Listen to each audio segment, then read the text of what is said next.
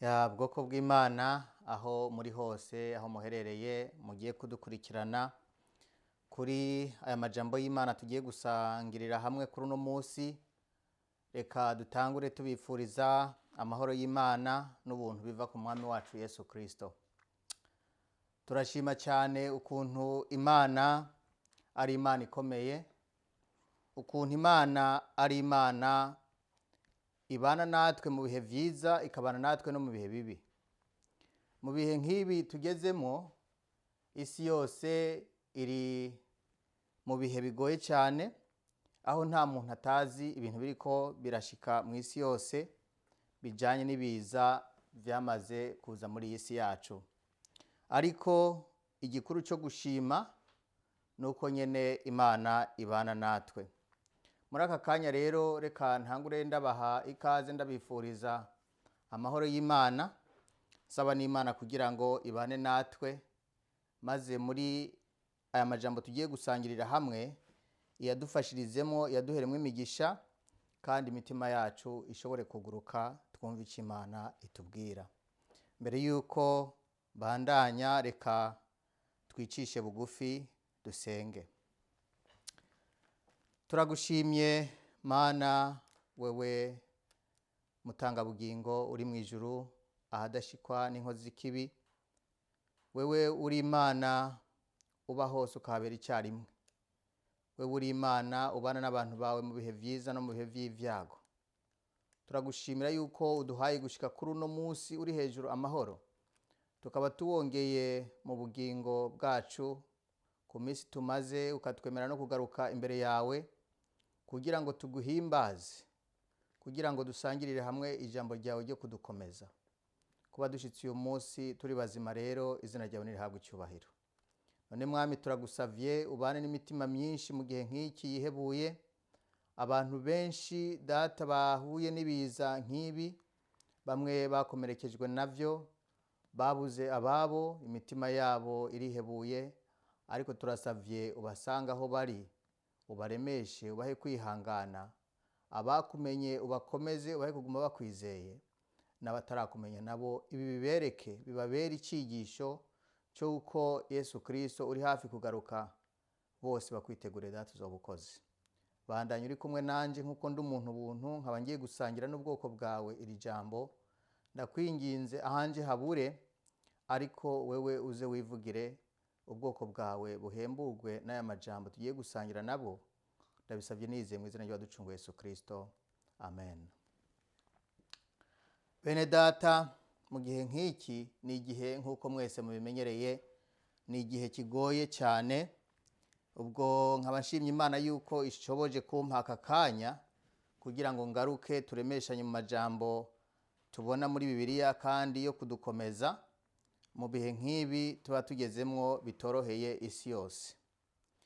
Ndiko ndasoma ijambo ry'Imana, nashitse mu gitabo cya Luka, aho ni mu gice c'17.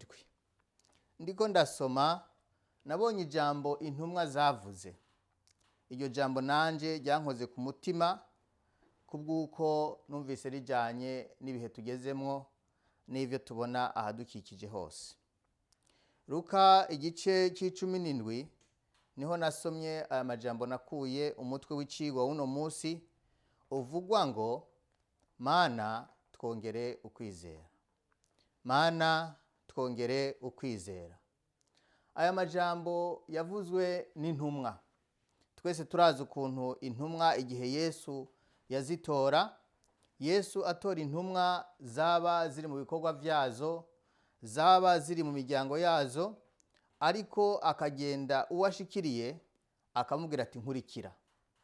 Ntabwo ari ikintu cyoroshe kumva umuntu akubwira ati nkurikira, ugaca uhaguruka ukamukurikira utazi ahagiye, utazi hakujanye.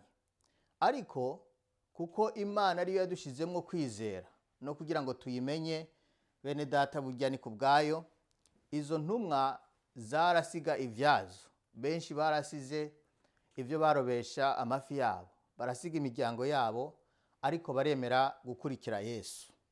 Ariko igihe cyarageze, igihe kigeze, igihe Yesu yaragiye kubambwa, igihe Yesu yari ko aritegurira kuva muri iyi si, icyo gihe intumwa zarahavuye zigira ubwoba.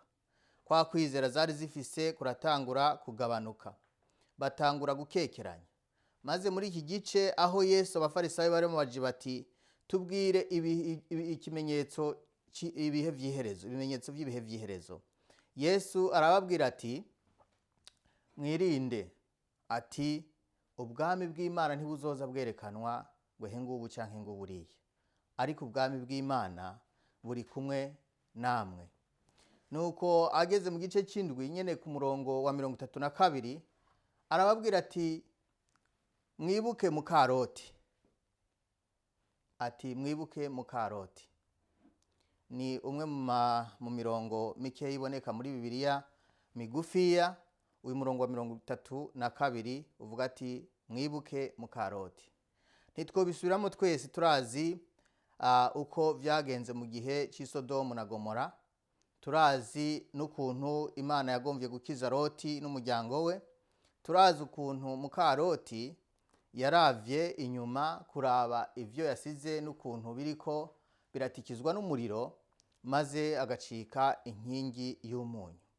Ibyo byose Yesu ariko arababwira, intumwa zivyumvise, amaze no kuzibwira ati ndababwiza ukuri, umuntu ati mwirinde, umuntu niyagucumurako incuro ndwi akagaruka incuro ndwi agusaba imbabazi, umuharire.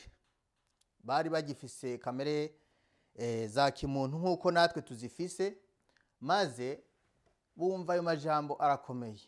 Bumva bati none umuntu ni gute yoshobora kuncumurako incuro ndwi hanyuma nanjye nkamuharira?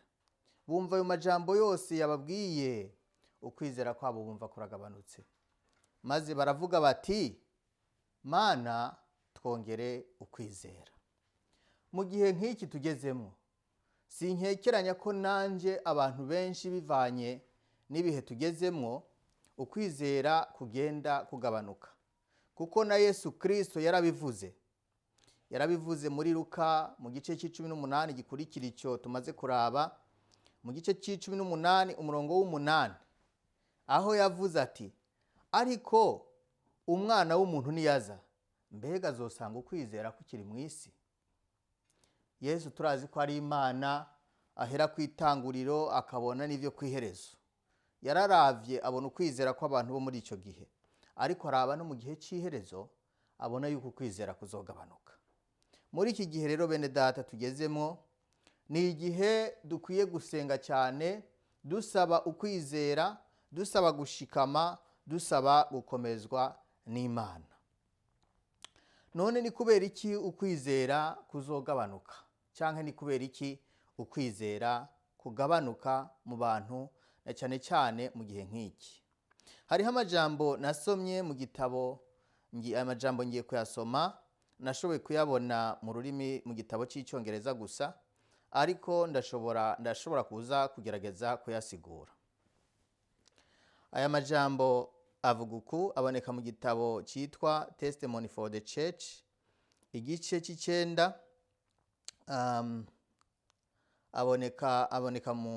yanditswe mu mwaka w'1909.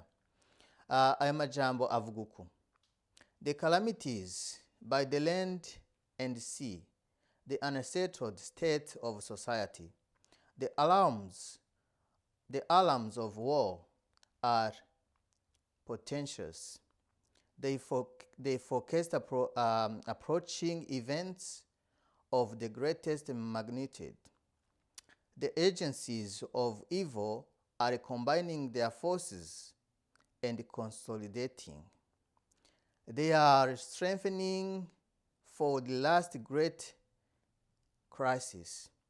Great changes are soon to take place in our world, and the final movement will be rapid ones.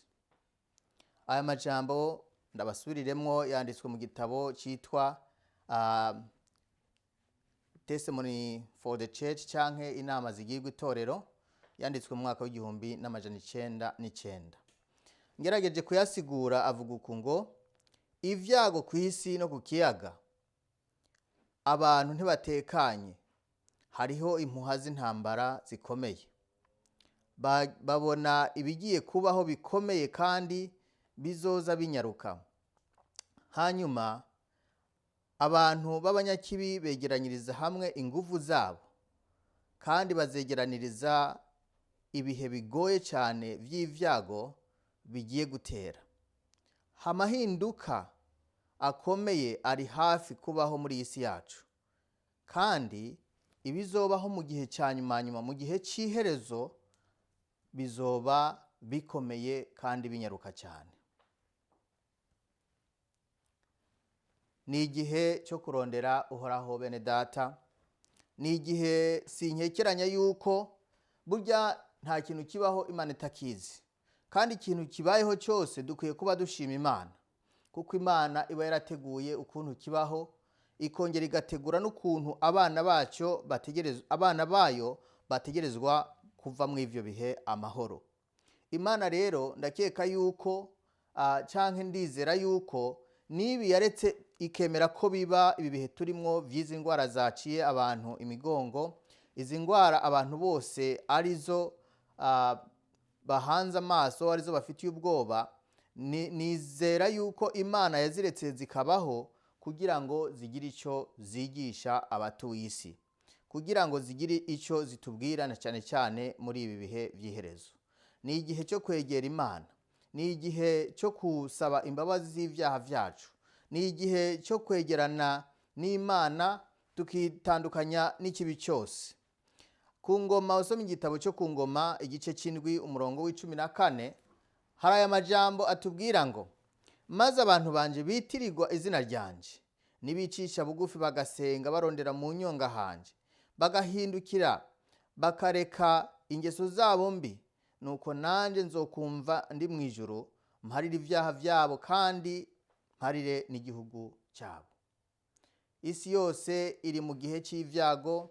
Turumva abapfa muri iki gihe, turumva ibitigiri vy'abantu bandura iyi ndwara yateye biguma vyiyongera uko bukeye uko bwije. Ariko ibi byose nta gukekeranya biva ku vyaha no ku bicumuro vy'abatuye isi, biva kuko abatuye isi bamaze kugarariza. Nico gituma Imana itugira inama ivuga ati, abantu banje nibicisha bugufi bagasenga. Ni igihe cyo gusenga bene data, bakarondera mu nyonga hanje, bagahindukira bakareka ingeso zabo mbi. Nzokumva ndi mu ijuru, mparire ivyaha vyabo, mparire n'igihugu cyacu. Muri iki gihe abantu bari mu ngo zabo, muri iki gihe abantu ibikorwa vyinshi vyamaze guhagarara, ni igihe cyo kwikebuka, ni igihe cyo kugaruka imbere y'Imana, tugasenga dusaba Imana, dusabira aho tubaye, dusabira ibihugu vyacu kugira ngo bishobore kuronka amahoro. Imana yiteguye kwakira no gukiza no guharira uwo muntu wese yiteguye nawe kuza ayisaba kugira ngo Imana itabare. Ayandi majambo nabonye nipfuza gusangira namwe muriko murakurikira iki kibwiriza, na amajambo aboneka mu gitabo cyitwa Review and Herald, yanditswe mu kwezi kwa11 mu 1904. Ayo majambo avuga uku: The world is becoming more and more lawless. Soon great trouble will arise among the nations, trouble that will not cease until Jesus comes. Aya majambo ashaka gusigura ngo isi iri kwirahinduka, abantu batuye isi bahinduka abatubaha, bagenda bahinduka batubaha amategeko, kandi mu gihe cya vuba hari ivyago bigiye gutera mu isi mu bihugu byose. Ivyago bitazokwigera bihagarara kugeza igihe Yesu azogarukira. Birumvikana yuko aya majambo atubwira yuko ibi biriko biraba ni intango yo kuramukwa. Hari vyinshi vyiteguye kuba, kandi twasomye yandi majambo atubwira yuko ibizobaho mu gihe cya nyuma na nyuma bizoba ari vyo bikomeye kurusha ibindi vyatanguye. Ni ukuvuga twiteguriye ibisumba ibi, twiteguriye ivyago bikomeye bigiye gutera isi kubw'abantu kwica amategeko y'Imana. Iyo usomye mu gitabo cya Yesaya igice cya 24 niho hatubwira yuko isi ihumanijwe n'abayibaho, abayituye, kuko barenze ivyagezwe vy'Imana bakica n'isezerano ry'intava. Nta gukekeranya, ibi byose biri kuba kubw'uko abantu barenze ivyagezwe vy'Uhoraho, kubw'uko abantu bishe isezerano ry'intahava. Nico gituma bene data, mu gihe nk'iki nk'uko umutwe w'icigwa utubwira, dukwiye gusaba cyane kugira ngo Imana itwongerereze ukwizera, kuko intumwa zamenye ubwenge zibona yuko ari cyo kintu gikenewe cyo gusabwa. Ziravuga ziti, Imana twongerere ukwizera. Natwe turasaba muri aka kanya tuvuga tuti, Mana twongerere ukwizera. None ukwizera ko bari iki? Igitabo cy'Abaheburayo nico kitubwira icyo ukwizera ari cyo. Kiratubwira kiti ukwizera ni ukumenya rwose ivyizigirwa udakekeranya ngo ntibizoba, kandi ibitarabonwa niko kubitumenyesha ko ari ivy'ukuri. Icyatumye abakera bashingirwa intahe nuko bari bagufise. Ayo majambo yanditswe mu gitabo cy'Abaheburayo igice c'11 umurongo wa 1 n'uwa 2. Ukwizera gutuma umuntu yizera ibintu bitarabonwa, akizera ko ivyo bintu ari ivy'ukuri. Jewe nawe mugenzi, jewe nawe muvandimwe, ntabwo twashoboye kwizera ku bwacu, ahubwo ni ikintu Imana yashize mu mitima yacu. Kuko abantu b'iki gihe bizera ivyo babona, natwe twizeye ibintu tutarabona. Twizera ko Imana iriho, nta muntu arayibonesha amaso. Icyo bikoze ku muntu ari kumwe nayo, arayumva mu vyiyumviro, akayibonesha amaso y'impwemo, ariko ntashobora kuyibona canke ngo ayikoreko. Ariko ab'iki gihe abatayizi bemera gusa ivyo bashobora kubonesha amaso. Twebwe ntabwo ari uko dukwiye kumera, ahubwo twizera n'ibitaraba. Imana idusezeranira ubwami bw'ijuru, ikadusezeranira yuko Yesu Kristo azogaruka kutujyana aho yaduteguriye. Ivyo turavyizera tukumva tubifise mu mitima yacu.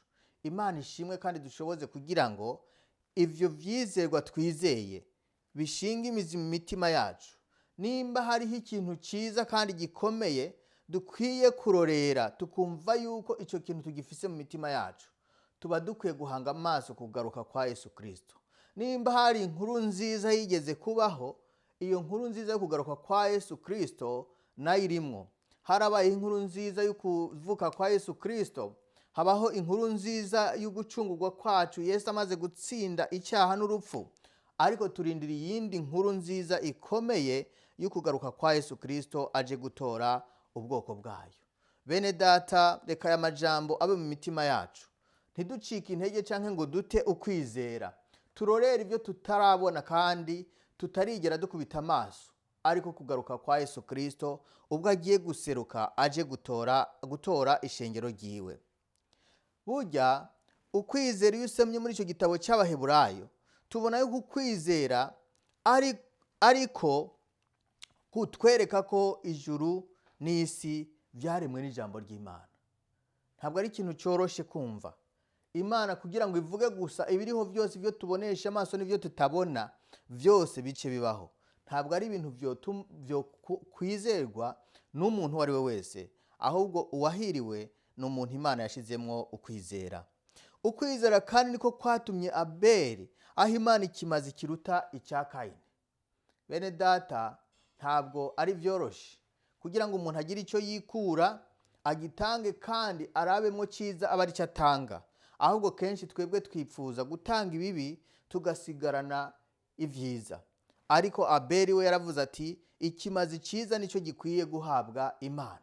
Ivyo byose yabikoze kubwo kwizera. Niko kwatumye Enoki ajanwa mu ijuru ngo ntabone urupfu. Enoki Bibiliya iduhamiriza yuko yari umuntu yagendana n'Imana. Ariko uko kwizera kwe kwatumye agendana n'Imana, niko kwatumye ajanwa mu ijuru ntiyabona urupfu. Icyo ni ikintu gikomeye cyane. Ukwizera niko kwatumye Nowa yizera ko imvura izogwa kandi atari bwabone imvura. Urume nigo rwamanuka rugatosa isi. ikime cyaramanuka kigatose isi, imvura ntiyari bwagwe, ariko nawe yabwiwe yuko hagiye kuzogwa imvura igateza umwuzure, isi yose ikarengerwa kubw'ibyaha byari bimaze kugwira mu isi, kugeza aho Imana yavuze iti ndicujije icyatumye ndema aba bantu.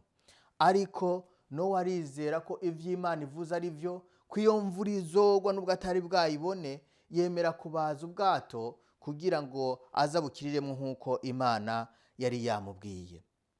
Ukwizera kandi niko kwatumye na Sara ashobozwa gusama inda naho yari yaraciye. Ntabwo ari cyoroshye kugira ngo umuntu afise imyaka 60, 70, 80 yizere yuko azoronka umwana. Muri iki gihe cyacu twizera yuko umugore amaze kurenza imyaka mu 45 bitaba ari byoroshye kugira ngo aronke umwana, kiba ari igitangaza Imana imukoreye. Ariko Sara yararengeje iyo myaka, mugabo kubwo kwizera kwa Aburahamu Imana yamuhaye umwana, kandi nk'uko yari yaramusezeraniye. Hanyuma ukwizera ni ikintu gikomeye cyane kandi dukwiye gusaba cyane muri iki gihe. Nibyo dukwiye gusaba kuzuzwa mpwemu yera, kandi mpwemu yera nayo ni ikintu nawe ni ikintu gikenewe cyane muri iki gihe, kuko nubwo duca mu bihe nk'ibi, ibyo byose tubishobozwa nuko dufise mpwemu wera adushoboza kugira uku kwizera. Ukwizera rero bene data ni ikintu gikomeye. Aba bantu bose tumaze kubona hano, Bibiliya iduhamiriza mu gitabo cy'Abaheburayo igice c'11 umurongo w'13 ngo abo bose bapfuye bakizeye, batarahabwa ibyasezeranwe, ariko barabibona biri kure, bakabisasira indava, bakemera ko ari intara n'ingenzi ku isi. Aba bakera bene data bose ngo bapfuye batarabibona. Ese ni ibiki batari bwabone?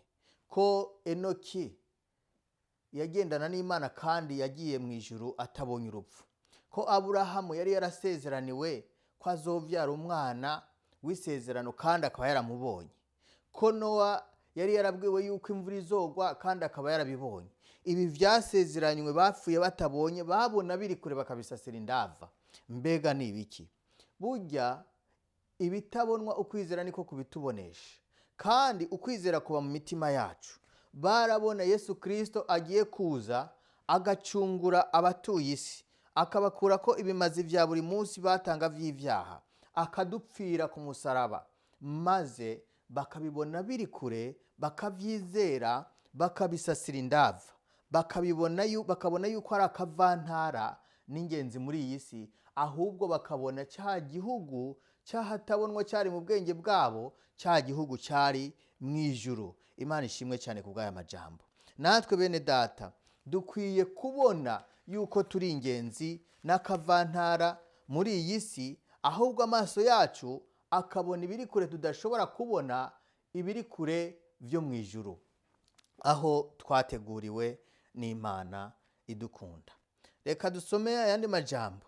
Aya majambo tugiye gusoma aboneka mu gitabo cyitwa Ivyaduka vyo mu minsi y'imperuka, aricyo kitwa ngo Last Days Events.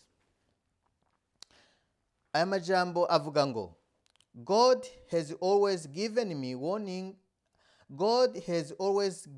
men warning of coming judgments.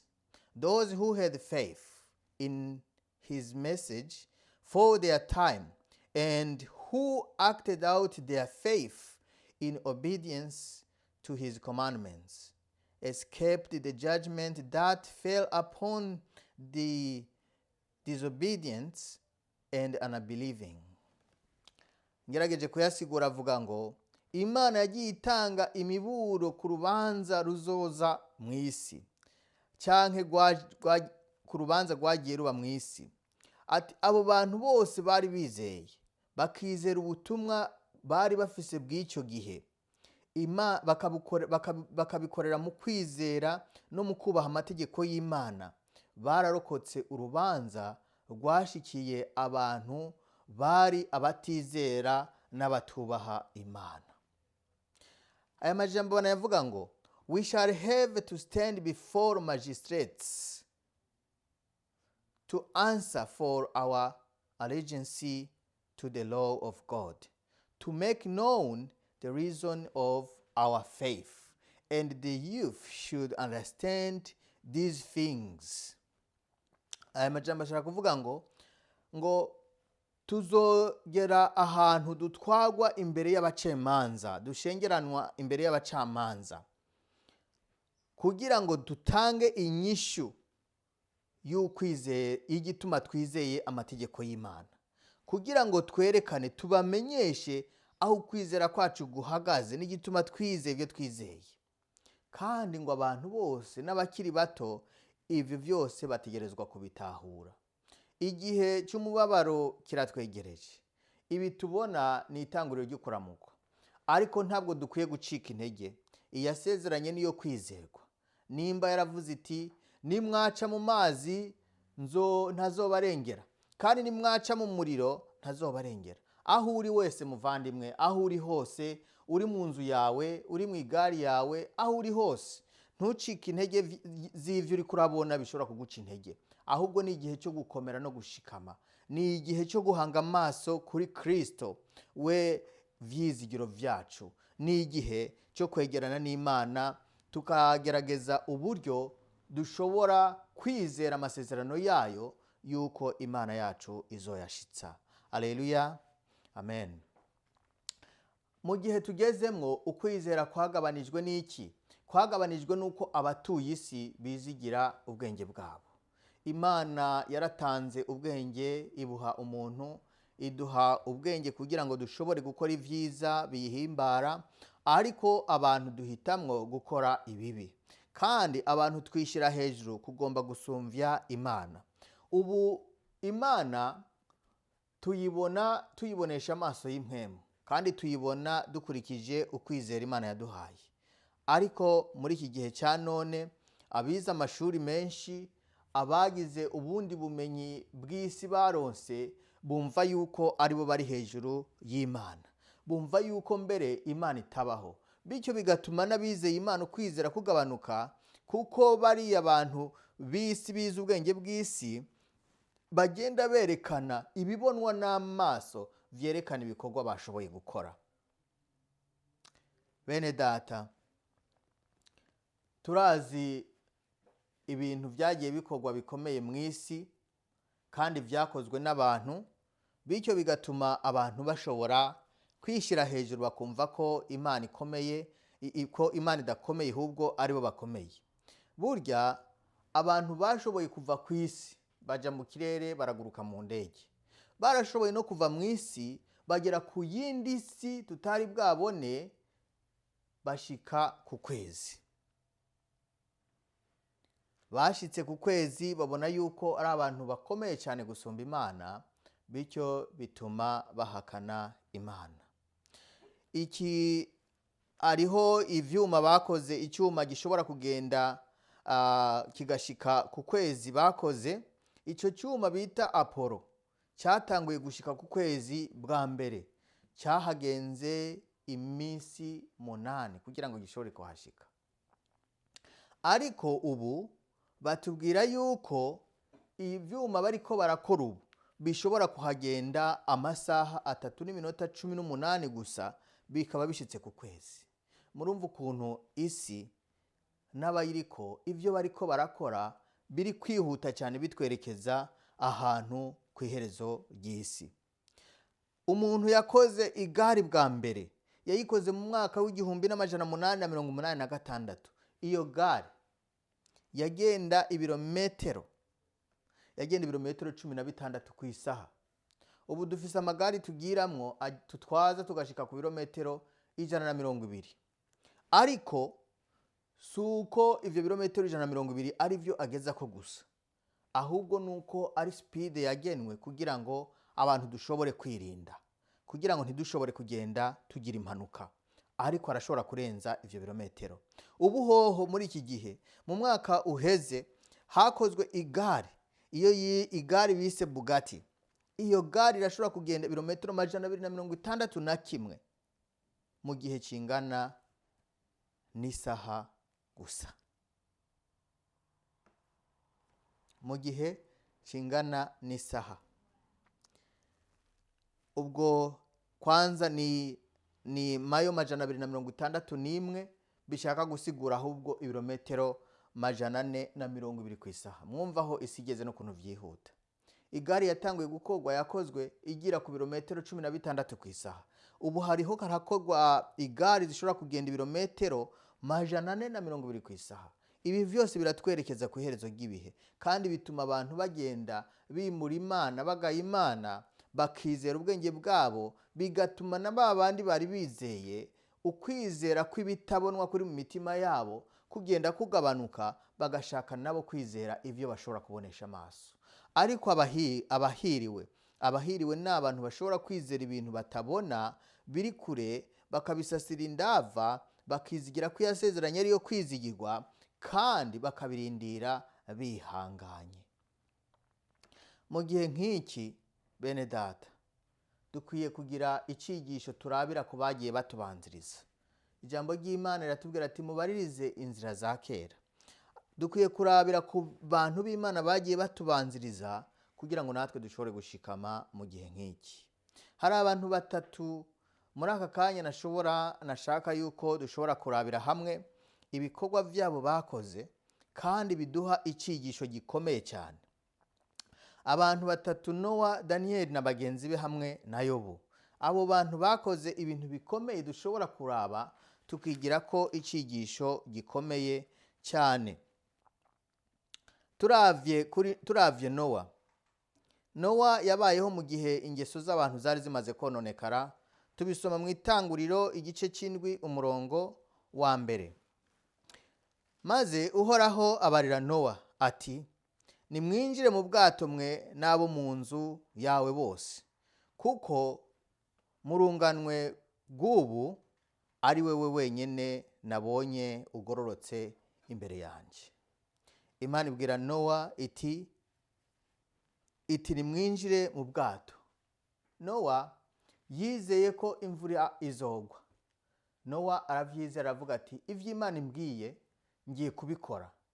Kandi Nowa yari yahawe igikorwa gikomeye cyane cyo kubaza ubwato buzokiriramwo we n'umuryango we, buzokiriramwo n'abandi bantu bose bari kuba bizeye imiburo yariko aratanga.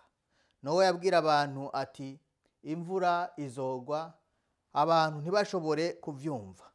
Nowa uko yabwira abantu niko kandi yanagenda gukora ibikorwa byo kubaza bwa bwato Imana yari yaramubwiye. Yagize ukwizera akuvangamo n'ibikorwa, maze uko kwizera avanzemo n'ibikorwa kumuhesha kurokoka we n'umuryango wiwe, barokokera muri bwa bwato Imana yari nk'uko Imana yari yarabisezeranye. Aho tuhigira icigisho gikomeye bene data, na cyane cyane mu gihe nk'iki kijanye nuko dukwiye kugira ukwizera tukongera tukagira n'ibikorwa. Aho twoba turi hose ibikorwa bikwiye kujyana n'ukwizera kwacu. Uwundi muntu twokwigira kuri Daniel. Daniel yemeye gutabwa muri rwagobo rw'intambwe kubw'uko yari yizeye Imana, kubw'uko yumva ko adashobora guhemuka ku Mana. Daniel kandi yakoze ikintu gikomeye cyane. Daniel yishize ko ibicumuro by'ubwoko bwabo bwose. Daniel no mugereranya na Yesu mu yandi majambo. Yesu yishize ko ivyaha by'abari mu isi, ariko Daniel nubwo tutabona icyo yacumuye, mu gusenga kwiwe yasenze yishira ko ibicumuro by'ubwoko bwabo. Aya majambo twoyasoma mu gitabo ca Daniel, igice c'9 umurongo wa 3 kugeza ku wa 5. Ndayasome, aravuga ngo, mpanga amaso umwami Imana kugira ngo niyegurire gusenga no gutakamba nisize umunyota. Nsenga Uhoraho Imana yanje, ndatura nti bwirukiro Mana nkuru y'igitinyiro, wewe Mana ushitsa isezerano ukagirira imbabazi abagukunda bakitondera ivyagezwe vyawe. Twaracumuye, twaragabitanije, twakoze nabi, twaragararije, twaratambamye tuva mu mateka washinze no kuvyo wageze. Dukwiye gusenga isengesho nk'iri, dusengera abatuye isi bose, dusengera abo tubana, kuko nivyo ibiriko birashikira isi nuko twagararije, nuko twagabitanije, nuko twacumuye, nuko twatambamye. Ni igihe cyo kwegerana n'Imana, ni igihe cyo kuyibwira ibyaha byacu, ni igihe cyo kuza tukarondera imigenderanire myiza hagati yacu n'Imana, tukitunganya kugira ngo Imana iduharire, yongere iharire n'abo tubana n'aho tubaye. Aya majambo ngiye gusoma ariyo nipfuza ko duhereza ko, ni amajambo tuza kubona ava mu gitabo muri manuscript released, yanditswe mu mwaka w'1906, ariko akaba ari mu gitabo bita Last Days Event. The time of trouble such as was not since there was a nation. Aya ni amajambo avuga ngo, reka mbanze ndayasome yose. Maze icyo gihe igihe cy'umubabaro, umubabaro utigeze kubaho, kiri hafi yacu. And we are like the sleeping visions. We are not awake and ask the Lord Jesus to place underneath us his everlasting arms and carry us through the time of trial before us. Igihe cy'umubabaro, umubabaro utigeze kubaho. Aya majambo yanditswe mu gitabo cha Daniyeli igice c'12 umurongo wa mbere. Ati ni igihe kitwegereje. None muri iki gihe bitwegereje, ati tumeze nka ba bakobwa bari basinziriye. Ati ntitwikangura ngo dusabe umwami Imana kugira ngo aduseguze ukuboko kwiwe, aduseguze ukuboko kwiwe kw'iburyo kw'ibihe byose, kandi ngo kugira ngo aduterure, aducane canke aturengeshe ivyago biriko biratera isi, biriko biradutera. Ni igihe cyo kwikangura. Mu gitabo cha Daniyeli igice 12 nyene umurongo wa mbere niho hari isezerano. Dukwiye no kuguma twizeye amasezerano y'Imana, kugira ngo mu bihe turi gucamwo nk'ibi, mu bihe vy'itanguriro ry'umubabaro, mu bihe vy'itanguriro ry'ivyago, abantu bashobore kugira ikibaremesha. Daniyeli igice cha 12 umurongo wa mbere niho dusoma amajambo avuga ati, maze muri ico gihe Mikayeli azohaguruka, niwe mugabisha ahagarariye ubwoko bwanyu. Atari ko ico gihe hazobaho umubabaro utigeze kubaho. Yesu mu gihe bizoba vyanse, mu gihe bizoba bigeze aho umuntu ananirwa, mu gihe bizoba bigeze muri ca gihe ukwizera kubuze, Yesu Kristo azohaguruka kurwanira ubwoko bwiwe. Ariko igihe azohaguruka ni nabwo nyene imbabazi ku bantu zizoba zirangiye.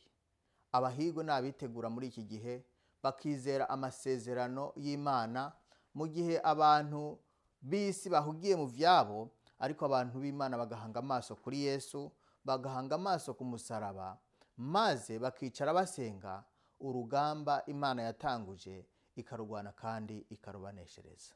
Bene data, aya majambo twumvise, Imana yakomeze mu mitima yacu, iduhe kwizera ibizoba, ivyo tutarabonesha amaso yacu. Tube nk'abarya ba kera babibona biri kure, maze bakavyizera bakabisasira indava, maze natwe twizigire ibigiye kuba, tugire ivyizigiro vyo kuzobona Yesu Kristo agarutse gutora ishengero. Kandi ayo majambo adushoboze kurushiriza kwegerana n'Imana. Nivyo ndabasabiye, naje ndavyisabira mu izina ry'umwami wacu Yesu. Dusenge mu guheza iki kibwiriza. Uhoraho Data dukunda uri mu ijuru, ndagushimiye cyane ukuntu mpaye kuvugana n'ubwoko bwawe. Mwami, ndakwinginze kugira ngo aya majambo aya majambo data amaze gusangira n'ubwoko bwawe aho bari hose abariko baranyumva. Mwami, aya majambo adukizanye twese, aduhe kwitegura ukuza kwawe Yesu Kristo. Ubwo biboneka ko tubayeho mu gihe cy'iherezo kandi tugeze mu gihe gitangurira igihe cy'iherezo, ibyago ngo biziyungikanya gusumba uko vyahora, turakwinginze ahubwo uduhe gushikama, uduhe guhagarara, uduhe ukwizera gukwiye, kandi Mwami utwuzuze mpwemu wawe ku rugero rukwiye, kugira ngo mu bihe tugenda ducamwo ntiducike intege, ahubwo turushirize guhanga amaso ku musaraba, maze Yesu Kristo niwaseruka usange benshi bakwizeye. Mwami ugira neza abumvise amajambo yose, abakumenye n'abatakumenye, reka Mwami ukore ku mitima yabo, umwe wese agira icyo yize muri aya majambo. Abakumenye ubahe kukumirako, kandi nabo bose bari kure yawe ubagarukane. Abatarumva ubutumwa bwawe, mu gihe Imana wuguruye imiryango hakabaho n'iterambere n'ubuhinga bw'iki gihe, abashikiriwe n'ubutumwa bwose ukore ku mitima yabo bose. Mwami ugira neza baze bakwitegura niwaseruka, twese tuze tugusanganire. Ni mu izina ry'uwaducunguye Yesu Kristo, amen.